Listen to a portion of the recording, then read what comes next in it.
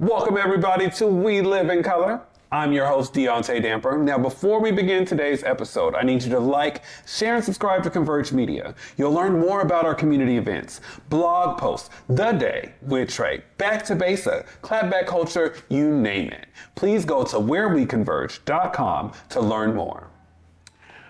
Our next guest. It has been an honor to grow up around her music and watch her breathe life into community. We grew up around jazz and rock, but the neo soul, the soul that she brought into this community is for the record books for us. She is a part of our community compass. Today, we will be interviewing Tiffany Wilson. Hello, sir. I am so happy to have you here.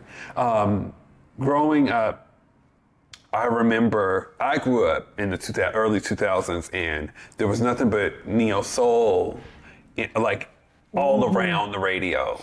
And I just remember you in Chocolate. Yeah. And it's an honor just to know that y'all were creating those spaces and those lanes here. How did Tiffany Wilson start her career out here? Well, how'd you grow up out here? First, I want to say that Chocolate and I have the same middle name. Really? And that was really cool to find out, too, yes. I don't know if she wants everyone knowing, so I'm going to just let you know. We do. No. Okay. That's a good friend of mine. But I grew up, my family transplanted here from Memphis, Tennessee. And grew up, started right there at Sunflower Seed Apartments. What is that? Graham and Martin Luther King. Okay. So, right there, smack dab in the middle of it all. Sharp was where my sister went to, but I actually grew up further south. I went to high school at Decatur High School in Federal Way. And then as I became an adult, moved out on my own, is when I moved into the city, West Seattle, Capitol Hill. Those were my stomping grounds. Did you find music? Because I feel like you were just born with it. Sometimes I like to think that those who music won't let go, that music found them or chose them. So because at times I want to throw in the towel, but music will not let you. So you're going to it's always going to call you. But I started in church. I don't even want a different story. That's the story. I started in church. I used to go to New Covenant Christian Center. I actually even went to Casey Treats. A lot of my adult life, my young, 3rd through 9th grade, I was there. So I grew up in a house with music playing, going home all the time to Memphis. That's just what it was. Did your mom or dad sing? No, I have a cousin who finally, I have family who sings, but none that are pursuing music. So I have a younger cousin. Him and I are the only ones in the family pursuing music and living that life. And throughout your journey, after high school, how was it kind of navigating? During the era I was just talking about, there was just this surgence of neo soul. And Seattle we're the home of Kenny G. Right. You know what I mean? Shout out to Kenny G. Kenny G and Nirvana and all of that. So what was that like, kind of navigating community into, hey, here we are? I feel my life was it feels a little enchanted. I didn't have to look hard. I guess opportunities fell in my lap from people who had just heard. So right out of high school, I started to tour with a gospel group here called Soul. Soul had Crystal Aiken, Nehemiah Booker, Trinice Thomas, Aminta Davis. A lot of us were a part of Soul. It was gospel. From there, I just kind of got started in the cover music scene. Yeah. And I was playing with Hit Explosion, which was one of the premier party bands here. And it was in that I discovered just recording and working with other artists, getting my feet wet as a recording artist. So. What was the first song you recorded? Oh my. I want to say it was Somewhere Over the Rainbow. Really? That's a hard cover. It's a hard cover. I was 19 I went in at 15. I remember having to go in with a cousin who was a hip hop artist, and they needed me to cuss, and I was like, I don't know how to cuss, So, but that was 15 was probably the first time, not good, but 19 is where I was like, I'll take it serious. Oh, wow. And Somewhere Ever the Rainbow, that is Patti LaBelle's done that, Jennifer Hudson, Yeah. Judy Garland, which I think she do all right. I know she's a Ella Fitzgerald. Yes. Yeah. So, and throughout your journey in music, right, was it complicated, like being able to navigate everything?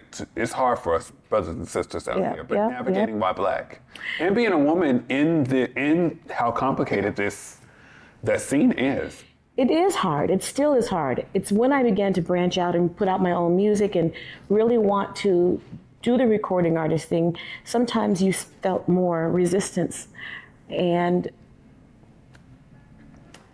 we know we put in a lot of work, and then you see those who emulate are the ones, sometimes that it feels a little easier for. Yeah. Not a big deal, do you? We're resilient, so that's, do what you got to do, Right.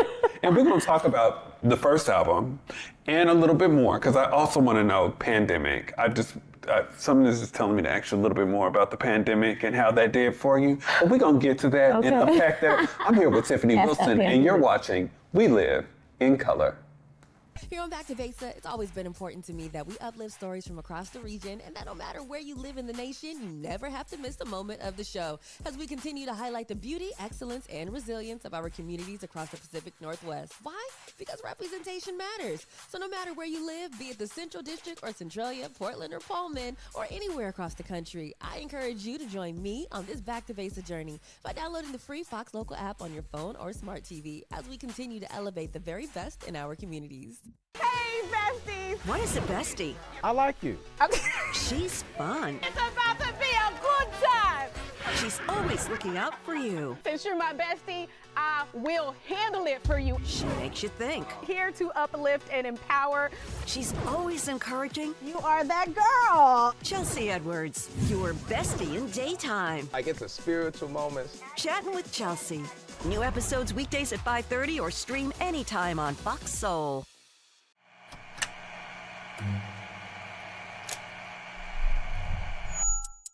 Hello, welcome to Elite Insights with Carlos Imani. We're looking to offer an in-depth look at event production industry through the lens of client experiences and joint successes. The podcast will emphasize guest interviews, focusing on client discussing their fields and reflecting on their collaboration with Elite Collective. Again, you're with Elite Insights. Carlos Imani here. See you guys in a few.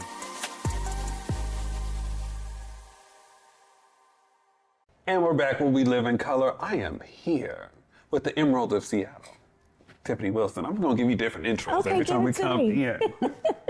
So, coming in, first album, what was that process like for you? It wasn't really a process. I moved to LA in 2003. I was there until 2008. And while there, it's a lot different. You meet people constantly who are producers, songwriters, just people who have transplanted there, some are from there, and there's a community of being able to just pop into studios, to find people who are like, yeah, come sit in my spot and work nonstop. And I had the privilege of having a spot like that. It's called Ironworks. The gentleman who ran that was Joseph Lineberg, and incredible guy, and he would just let me sit in the studio, and we would collaborate a lot of times. Through him, I worked with Nate Dogg, and I just met so many incredible people. George Clinton. Late Nate Dogg. Yeah. How was that process? So incredible. Nate, that was such a funny time. Joseph called me and said, yo, Nate's coming to the studio tonight. Maybe you can come and write. And I said, okay, cool. So I came down to write, and I had a pen and notepad in my hand, and they were playing the beat, and Nate looked at me and said, what you doing with that? We don't need no writers. And I was like, oh, shit, well, let me put the thing down. Mm-hmm. And just in listening, I think I must have hummed something or whatever. Mm-hmm. And so he looked over, and then he handed me back my pen and notebook. Oh, wow. And so we wrote a couple of songs together that never came out, but it wasn't even about them coming out. I learned a lot working with Nate. And our styles are very similar in some sense, at that time anyways. Yeah. Just a great guy. Yeah. Just a real person, and that's kind of what you realize in LA, even though they are on the screen. These are just sometimes just normal people. Yeah. And he was a beautiful person. And what made you move back home? I'm an auntie, and I love children. My sister was having her third child. My middle nephew didn't know me as well. My oldest did. And I didn't want to miss any more of that family for LA. Yeah. LA was very, superficial and plastic at times, full of compromise, things I wasn't really there to do and wasn't going to do. And so I wasn't going to keep sacrificing like family for California. It's probably changed now. People have probably said, I don't know how much it's changed. I don't really go too much, but Yeah. I wasn't going to miss any more of my family That is beautiful. for LA. Thank you. Like prioritizing family above that, right? You have to. Whatever it is that's important to you, you have to prioritize it because other people will cause you to sacrifice some of those things, Other entities, other businesses will have you sacrificing the most important things and parts of you. And choosing the you and choosing the us, Yeah. right? Sometimes, yeah. I think that is beautiful. Thank you very much. And, and having to navigate that as an artist, fast forwarding up until the pandemic, as an artist. That was hard. How did you handle that? That became a time where people did not have freedom of choice. And you hadn't experienced that, especially in our day and age. It was all about the choices we were able to make. And for a time, our choices were taken away, or we were demonized for our choices. And I actually lost a lot of work. I lost friends. It was great in the respect that it showed you who you had. It was hurtful in the respect that it showed you who you had. And so I lost work. I would get gigs and then say certain things and lose the gig and all kinds of stuff. People that you respected, you called friends, were now talking, crazy to you a little bit. And it was like, are you serious? So it did. It showed you who you had, and then it also showed you who you were made of, what you could do. So I had to switch lanes. At our home, we built a space where we could have people come out and do live recordings at the home. Wow. I could do all internet stuff. I did some work with Intimon, and they allowed me to film from home, and a couple festivals, music festivals, filming from home. So it showed me who I was in the regard that I could strip it down. I could work well with just a guitar player or a three-piece. Mm-hmm. I had to redefine myself. My favorite, and I actually specifically about the pandemic for a reason. I was going through it, like it was really hard for me.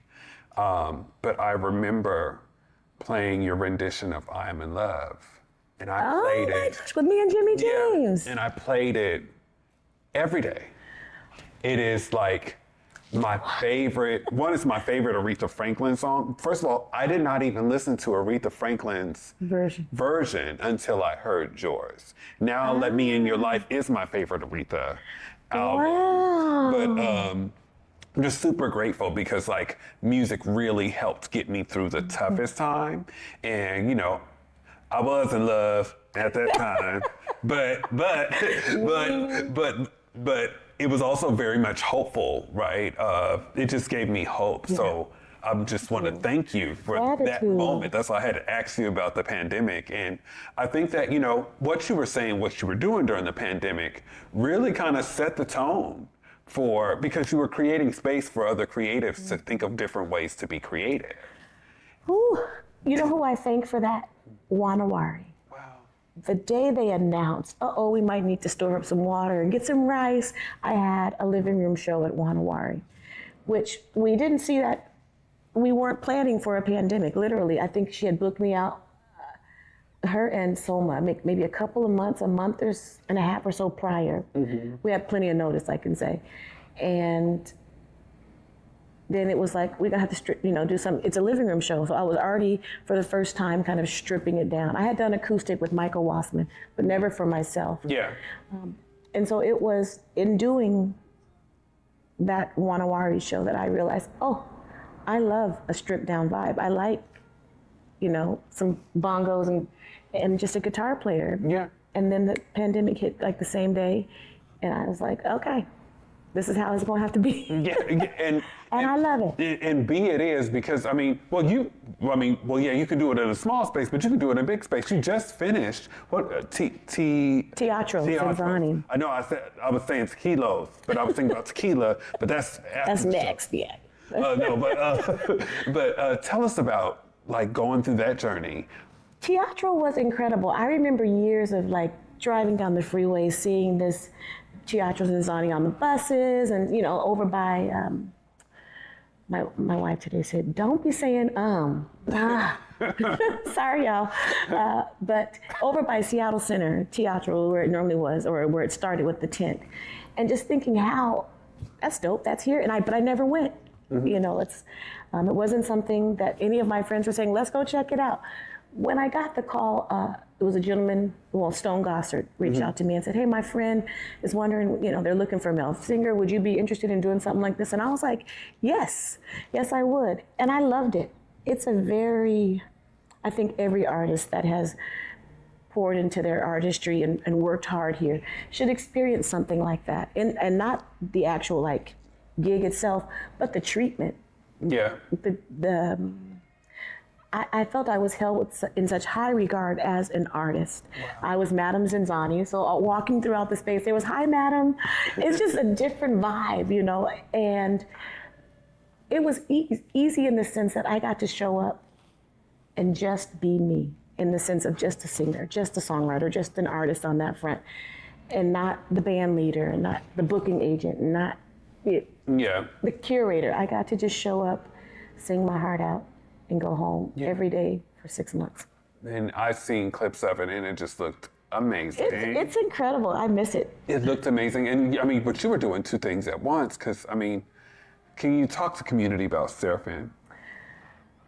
Seraphim, there are certain things, I got a call about that too. Can you curate something? And I've seen it in other places, so I'm not saying I'm the full innovator, but just the ability to have a solid unit behind you. I saw that in California, I saw it in DC, I saw it in New York, where there was just a house band, and it allowed for whoever got up on the stage to have adequate support. A lot of times Seattle has a lot of jam sessions, not knocking jams, because I jam. Yeah. But sometimes you don't want the band to swap out. You want to play, I want to play with who that person just played with. Yeah. And so we give you that. We give you a solid unit of really talented, stellar musicians, and to the point where if they have to listen for a split second to learn whatever song it is you're bringing to the stage, they do it. And they do their very best to play whatever anyone wants to sing. We rarely say no. Yeah, but I think it's just something of the seed that you planted, right? With the artist in the band that is there. Because we see those group of folks at different events throughout the year, curating their own events. And I think that you planted a seed within them that has helped them grow to then want to pour into other people, which helps them pour into other people. And it's the Seattle that I remember.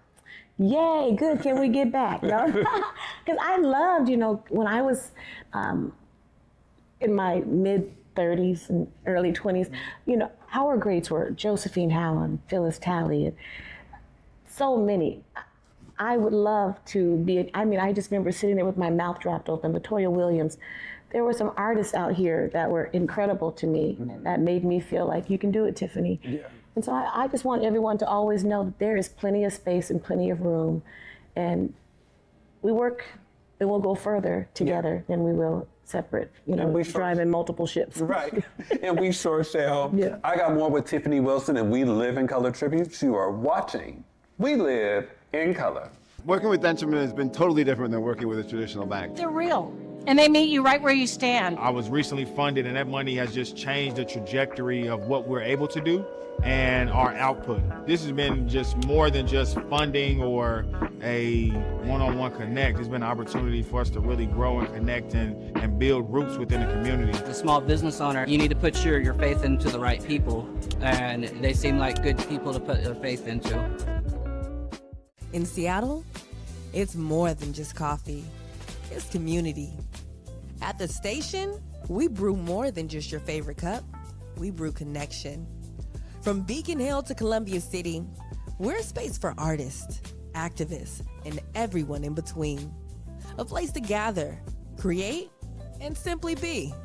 Whether you need a quiet place to work, a lively spot to meet friends, or just a moment to unwind, find your place at the station. More than coffee, it's home. Visit us in Beacon Hill or Columbia City. The Station, where community happens. Here on Back to Vesa, it's always been important to me that we uplift stories from across the region, and that no matter where you live in the nation, you never have to miss a moment of the show as we continue to highlight the beauty, excellence, and resilience of our communities across the Pacific Northwest. Why? Because representation matters. So no matter where you live, be it the Central District or Centralia, Portland or Pullman, or anywhere across the country, I encourage you to join me on this Back to Vesa journey by downloading the free Fox Local app on your phone or smart TV as we continue to elevate the very best in our communities. And we're back with Miss Tiffany Wilson, the Emerald Queen. Yeah. Go ahead. And we were talking about Seraphine and just the work of artists in this community. And you talked a little bit about Josephine Howe, who is, and people like Ernestine Anderson. Yes. And how does it feel to know that you are one of those people? That you are also a part of that community compass. I am. Singers. That's blissful, man. That's really, you don't think about it. Honestly, I did not, when I started doing music, did I think about really who I would be to anyone else outside of me and the creator, you know? So to know that people watch or pay attention and value and have regard for what I do, because they don't have to. Everyone, you know, we have free will and choices. I'm appreciative. I had no idea that. Sometimes you don't feel like people paying attention. You know what I'm saying? They are, but you don't know because the ticket sales aren't always. But that's real, right? But what are some of if you had to give an artist 3 pieces of advice, right, for them to take and keep with them, what would it be? Work hard. Okay. Can I explain too? Mm-hmm. It's very easy. Sometimes the consumer is the consumer. You know what I'm saying? They love music, period. And sometimes you can become complacent. And I would always say, keep reinventing yourself. There's tons of layers to you. Find your lane. You don't have to stay in it. The industry tells you, you know, oh, you can only sing country, you can only sing this. And we see Beyonce, she's saying, I'm gonna sing country, I'm gonna sing pop, I'm gonna do blues, I'm gonna do jazz. Whatever she chooses, and you are the same way. You are an artist, and do whatever you want. The public is going to love who they love. Yeah. You know, that's it. So be the artist. I think it makes the world go around. That's 1. 2, don't give up. Age is not a factor. Period. And 3, don't give a damn what they say as long as they talk about it. Okay, I know that. You can be the alchemist. Universal. Yeah, you can be the alchemist. I love that because, I mean, even all that you just said falls not just under being an artist, just living this life. Yeah. I love that. And, you know, here at Converge, for this show, we live in color tribute. Mm-hmm. Who is one person that has helped you live in color?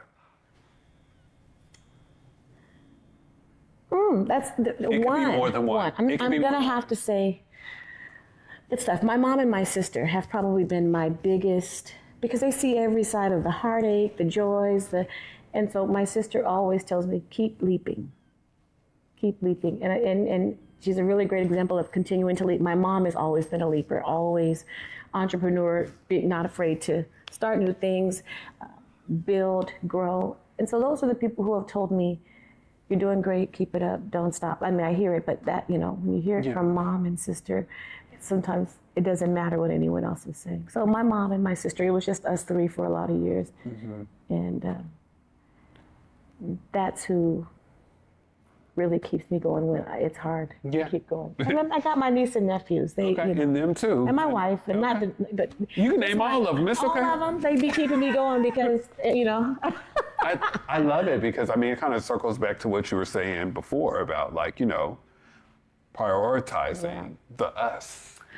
Yes. Is so important in this community, you know. And And speaking of supporting community, we do a call to action. Call to action. So what I need for you to do, Tiff, if you could look in that camera and give community your call to action. My call to action would be to love you relentlessly. Figure out what that looks like. You know, if it's at 8 o'clock, I don't eat no more. At 5 o'clock, my phone turns off. Whatever you need to do to, prioritize you, because you want to be able to be your very best for the absolute longest you can. And there's sometimes feels there's more against us than for us. But when you can look in the mirror and love everything about yourself, you're winning. You know, so that's it. Love you. And you don't have nothing to give if you don't have it for self. And just in case, because we want to make sure that you are booked and busy, where can people find you? I'm so horrible about saying where you can find me. TiffanyWilsonMusic.com is where you can find me there. Instagram at Tiffany Wilson Music, same with Facebook. And you know, here. And right here. Converge being good to me. Right. And we love you here. And thank you so much for coming for having me here. When I say, like, it's so great to grow up off of you. And then 20 years later. You are just 8. No, just kidding. I'm still only 20. We the same age. And then to know, like, you know, that I listened to you in Chocolate. I say y'all both because I just remember just what y'all did to my spirit then. And then during the pandemic, to listen to you when I was trying to find the joy when I didn't have it. And then watch what you've done to my friends, for my friends, and create space. Tiffany, you are helping community live in color. Thank you and so much. You've been doing it for all Black folks.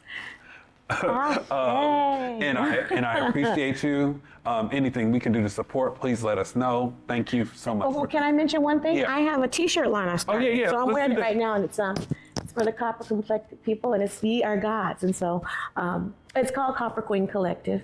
It is for any and everyone, but it's definitely affirming to those of brown skin and copper. And where can people find that at? CopperQueenCollective.com. There's a few different ones for the whole family, and the premium quality is beautiful. I love it. I need one of them premium quality. I know I should have brought one. I don't be thinking. I'm really bad. You're going to come back here. I am, just to deliver it. Thank you so much for coming, Tiffany. And above all else, thank you all for being here. Join us next week with our next guest as we live in color. Remember to walk with love. Have a great night.